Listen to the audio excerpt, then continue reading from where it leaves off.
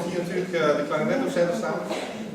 Ik ga proberen dit met deze 6 klarinetisten voor jullie te presenteren. Uit de Dry Groschen Oper, of de Three Penny Oper, als die in het Engels mooi heet, van Koertmaat.